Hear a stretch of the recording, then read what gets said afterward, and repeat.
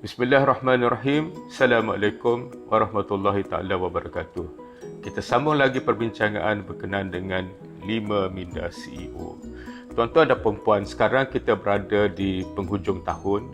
Biasanya di dalam mana-mana organisasi, khususnya organisasi perniagaan, semua orang akan sibuk untuk memastikan apa yang telah mereka sasarkan untuk tahun ini akan dapat dicapai.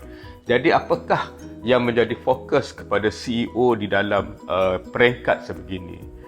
Yang pertama bagi saya ialah tentang strategi, sebab banyak perkara-perkara yang telah dirancang mungkin sekarang sudah masuk suku keempat. Jadi setakat manakah apa yang dirancang itu telah dapat dicapai dan banyak mana lagi yang masih belum dicapai.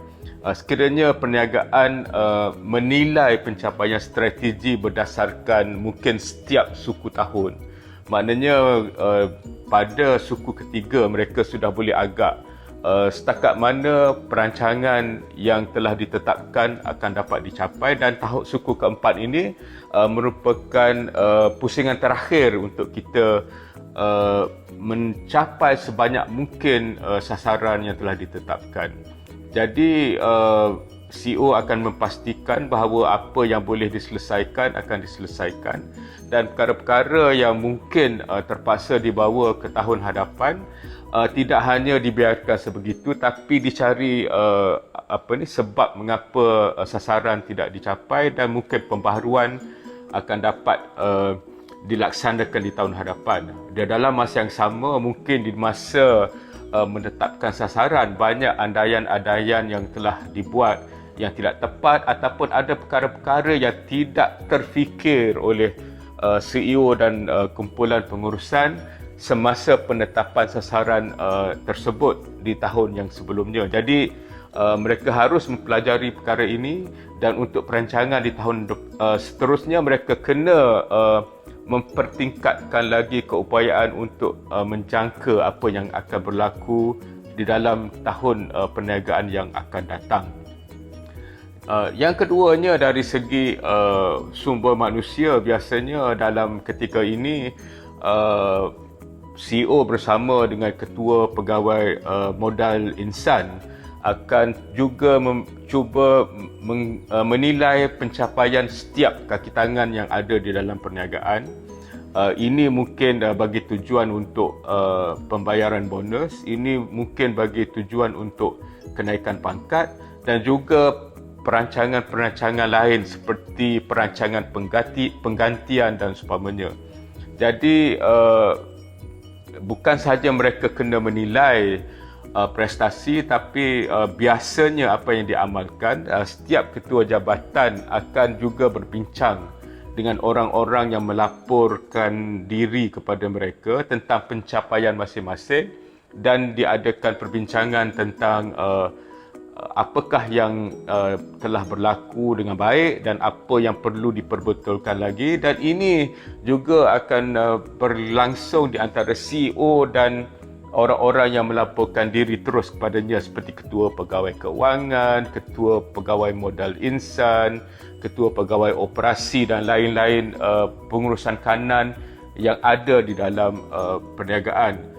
Jadi biasanya perbincangan berkenaan prestasi ini dijalankan berdasarkan fakta yang ada. Ya, tak boleh prestasi dinilai hanya dengan anggapan-anggapan ataupun sangkaan-sangkaan sahaja, kerana itu akan menyebabkan penilaian yang tidak tepat akan berlaku. Jadi sistem penilaian prestasi kaki tangan mestilah disokong dengan data-data dan fakta-fakta yang dikutip di sepanjang tahun, dan supaya penilaian prestasi dapat dibuat dengan lebih adil dan kesemua pihak akan berpuas hati. Dalam masa yang sama, CEO juga akan bersama dengan khususnya ketua pegawai keuangan untuk menyediakan belanjawan ataupun bajet untuk tahun yang seterusnya. Banyak berlaku di dalam organisasi yang mana belanjawan ataupun bajet ini dibentuk tanpa mengambil kira strategi-strategi yang hendak dicapai.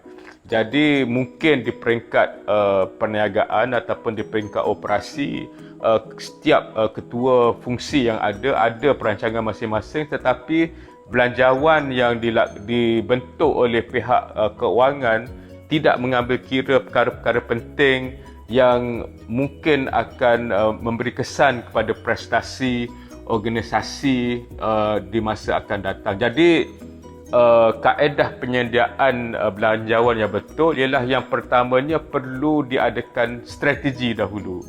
Perlu diperhalusi apakah tindakan-tindakan perkara-perkara baru yang nak diperkenalkan ataupun sekiranya perlu perbelanjaan modal yang membolehkan syarikat mempunyai keupayaan yang baru. Jadi apabila ada perancangan ini, barulah disediakan belanjawan, sama ada belanjawan operasi ataupun belanjawan modal.